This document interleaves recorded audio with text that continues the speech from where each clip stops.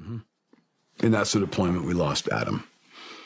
That's that deployment. That was that deployment, yeah.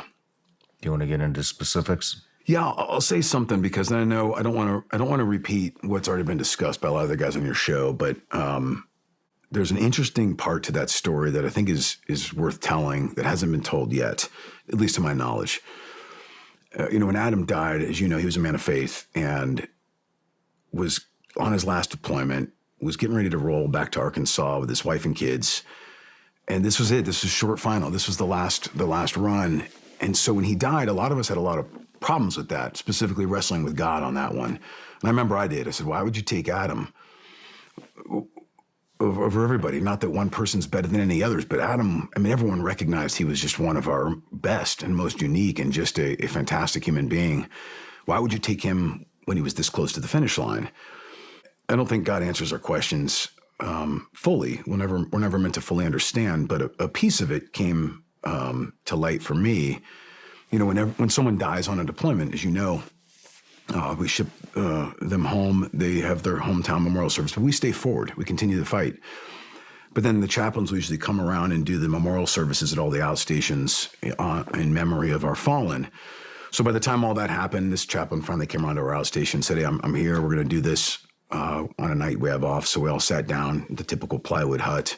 And I'll never forget, we're all sitting there.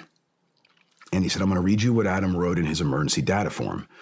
That's that addendum to our will, the last thing we fill out on the way out the door, just in case something happens. Chaplain said, okay. He's reading Adam's words now, and I'm paraphrasing. It's been a hot minute, but it was something to the effect of, in the event I die, I want the chaplains to go around and do a memorial service in my honor, and I want the gospel of Jesus Christ preached, unhinged. And so he looks up, closes the doors, and you've got all these warfighters in this room, and he goes, okay, gents, we're going to talk about Jesus today. And being a man of faith, I remember in that moment being so overwhelmed with, oh my gosh, what an impact Adam is having in his death.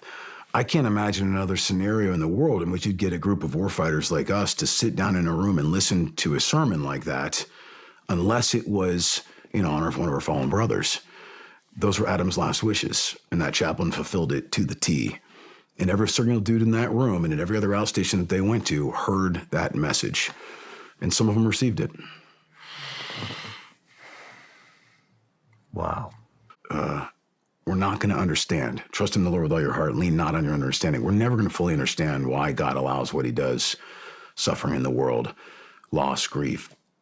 But he gives glimpses of it sometimes. And this was one of those times he opened up my aperture a little bit. I'd already talked about what I saw after Adam died and what he wrote in his emergency data form. What Amy told me after talking to some of these surviving spouses at the funerals is that multiple spouses said their husbands came to know Christ because of Adam's testimony. And so then I realized even more so than I had previously that in his death and in his witness and in his testimony, these men heard, and it paved the way for their salvation. It was incredible. But I was very thankful in that moment to have a little bit of closure and a little bit of understanding and insight into what was going on there behind the scenes. It was such a powerful moment for me. Do you ever think that was Adam's reward? Yeah, sure. Sure. We know that things here on earth are fleeting. Our reward's inevitably based upon our willingness to testify here on earth. I think that was absolutely part of it. And I can only imagine the celebration when they joined him. I'm looking forward to joining that table one day. Yeah. It still doesn't take the sting away, but you realize the impact a man has with his words. That man is still impacting everybody that reads that book, Absolutely. Everybody that hears his story. What a just phenomenal human being. Yeah, he really was. Still is. He lives on, right? He really does. His impact will continue for generations.